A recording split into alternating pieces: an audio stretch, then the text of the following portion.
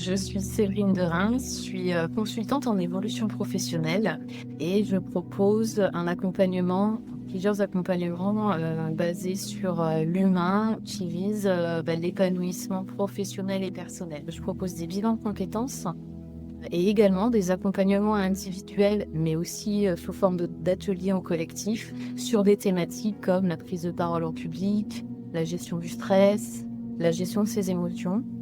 L'objectif étant de comprendre la manière dont on fonctionne pour s'épanouir, principalement moi au travail, dans ma spécialité, parce qu'en fait, cette manière d'être au travail et de s'épanouir, elle est propre à chacun.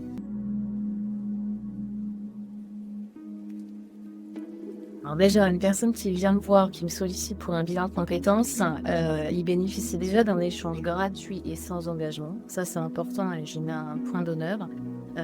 Pour bien comprendre ce que c'est qu'un bilan de compétences, bien comprendre sa situation et qu'on vérifie déjà si c'est la bonne solution.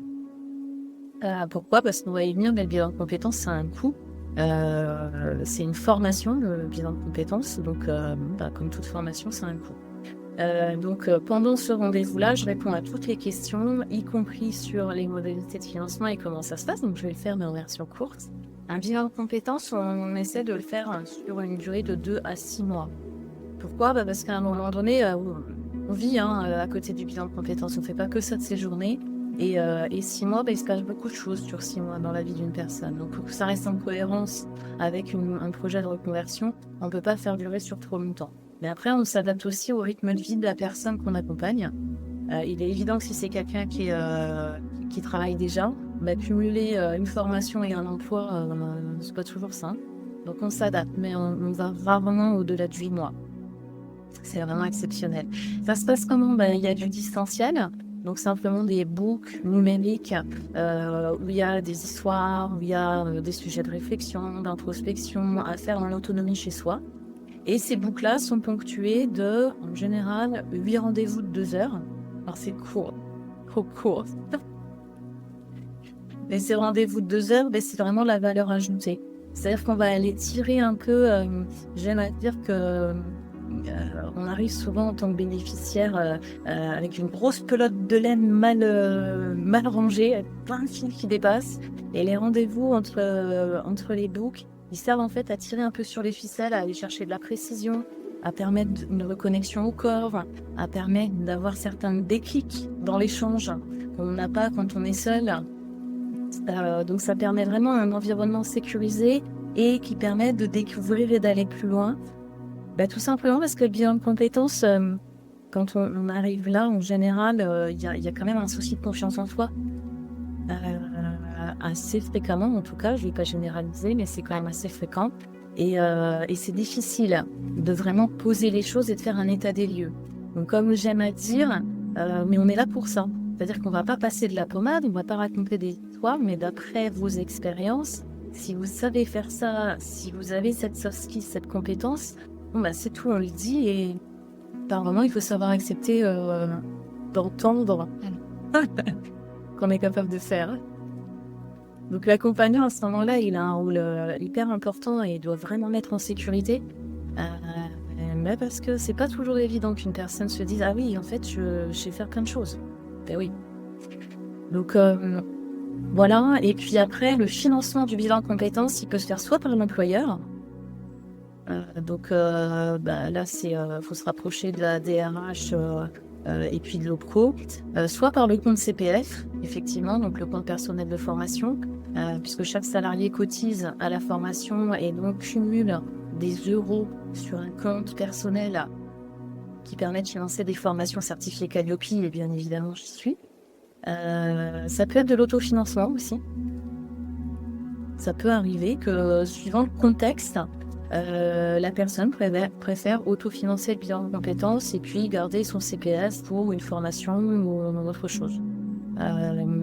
Après, dans des cas bien particuliers, il y a des systèmes de financement que j'aborde vraiment au cas par cas, en fait.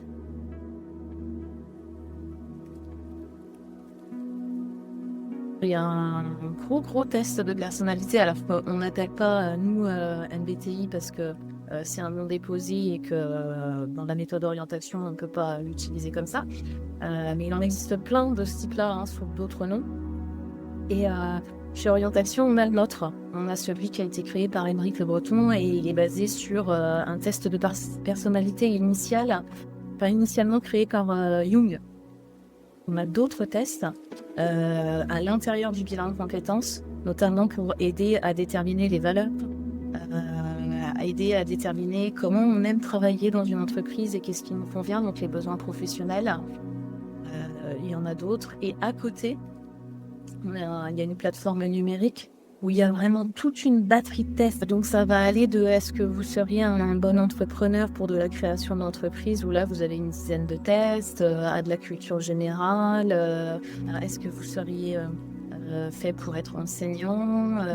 Donc tous ces tests-là, alors je suis toujours très prudente et j'explique toujours les tests, ça ne définit pas une personne. Les tests sont pas là pour dire vous pouvez être créateur d'entreprise ou non, laissez tomber, c'est foutu pour vous. Mais pas dans des cases. Par contre, il va être intéressant si quelqu'un veut créer son entreprise, mais qu'à un moment donné, il révèle que la communication, c'est pas acquis ou il manque des compétences. Ben, ça va simplement nous permettre de dire on peut peut-être aller chercher une formation, petite ou longue, suivant le cas de la personne, pour acquérir ses compétences et valider le projet. Donc, je suis toujours très, très attentive à ça. Un test de personnalité ne définit jamais une personne. C'est juste un sujet d'échange, une base pour pouvoir échanger et soit dire bon bah ok, non je ferai pas ça, la personne a le droit, hein, soit bah, effectivement on va identifier des besoins, des faiblesses à les combler par des formations, des ateliers, voilà. Mais oui, il y a beaucoup de tests. J'ai accompagné adore la méthode parce qu'elle est basée vraiment sur un côté très ludique, bah, pour que ça s'assimile facilement dans le cerveau, on va pas se mentir, et elle est réutilisable. C'est-à-dire qu'on n'a pas qu'une carrière aujourd'hui dans nos vies, et elle est réutilisable si à un moment donné on veut rechanger de carrière, mais si on a un autre choix à faire, de même on peut se poser les mêmes questions et l'adapter dans la vie privée. Donc en ça, elle est jolie comme méthode.